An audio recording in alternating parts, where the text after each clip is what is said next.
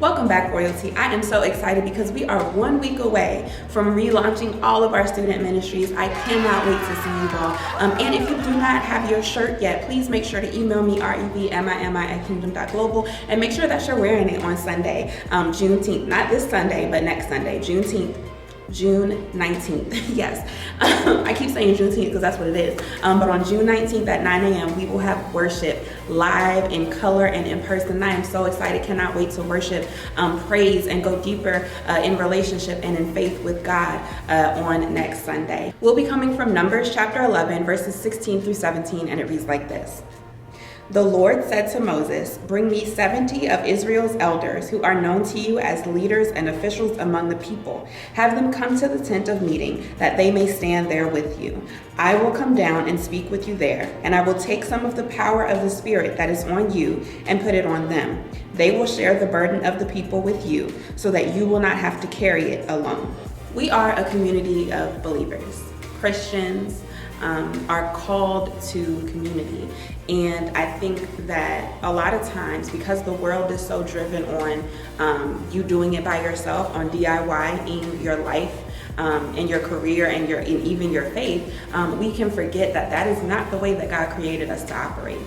I know that no matter where you are right now, there is a calling that is on your life. There's a calling that's on my life.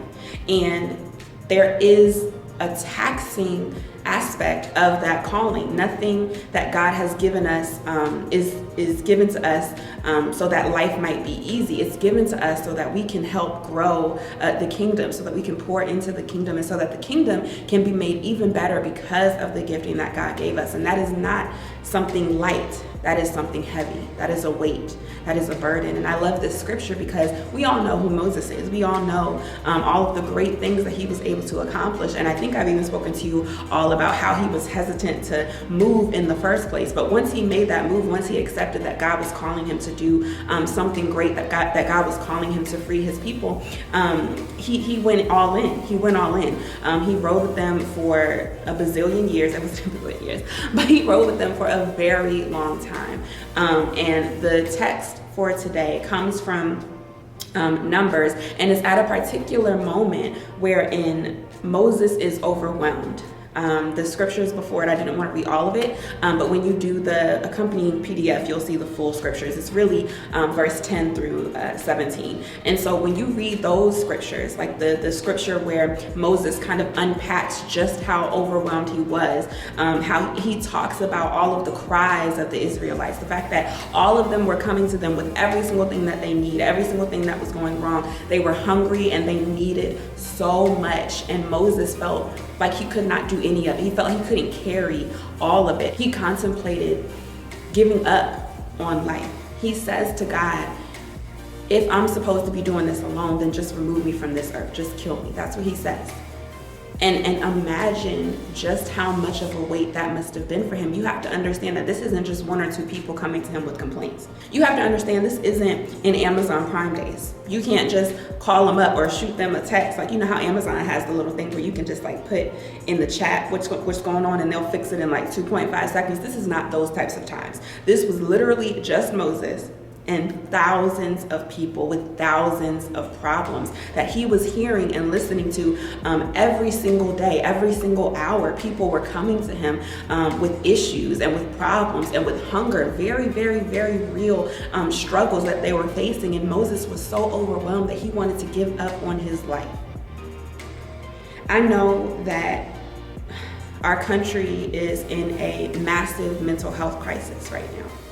I know that students, especially you all, are dealing with so much stress and so much anxiety that the numbers of suicide are going up, that the numbers of students that are checking out is going up. And I think that part of that is because people feel so alone. A lot of people, and again, it's not just you all, this is of all ages, people feel alone. And when you feel alone, it makes you an easier target for the enemy. I don't know if you all have seen all of the Harry Potters, but in, I think it's the second to last one, the main enemy, the antagonist, Voldemort, was trying to separate Harry from his friends. He was trying to break them apart because Harry got his strength from his friends. His friends would push him and encourage him and to help him to get through the hard times and the dark seasons. And so Voldemort was strategic in that. He wanted Harry to feel alone. And it wasn't until, I think it was Sirius Black, his godfather, whoever it was, his godfather pulled him to the side and said, listen, you need to keep your friends close, because when you are by yourself, you're weak. And that's what I want us to talk about, because the scriptures for today tell us that God said to Moses, bring the elders, bring the leaders to me, and I will share the burden. I will give some of the spirit that I placed on you to them so that you don't have to walk this alone.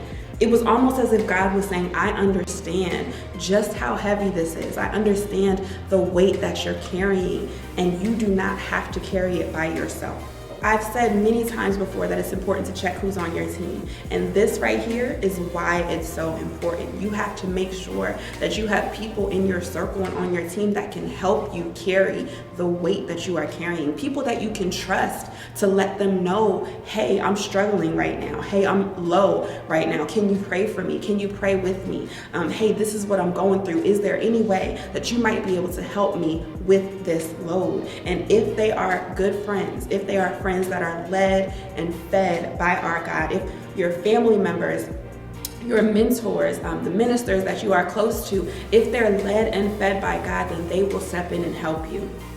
And I want to pause and say that they might not help you in the way that you're expecting them to help you, but they will help you, because God has connected you with persons so that you don't have to carry the weight of your calling, of whatever it is that you're going through, of whatever obstacle or trial that you're in right now, right at this moment. You don't have to do it by yourself. God does not want you to do it by yourself. He has called us to community. And He has this awesome way of, once you unload that burden to someone that you trust, to someone, like I said, that is led and fed by God, once you give that burden and you share that burden, you will feel so much lighter. And when you feel lighter, you're able to move faster, you're able to run harder, and you're able to win. And that's what I want to leave you with today. Please make sure that you do not allow yourself to fall into seclusion because of the weight because of the weight that you're carrying. Don't allow yourself to become distant from those closest to you, from those that would help you to get out of that pit. You have to stay connected. You have to pray and ask God to show you who those people are so that you can unload what you're carrying. Because God has created you to win, but not to win by yourself. That's all that I have for you all today. I hope that each of you is staying safe. I hope that y'all are enjoying this summer weather. It is finally feeling great outside. So I hope that you're enjoying the summer weather, and I cannot wait to see y'all in person, 9 a.m. on Juneteenth. Stay popping, y'all, and be blessed.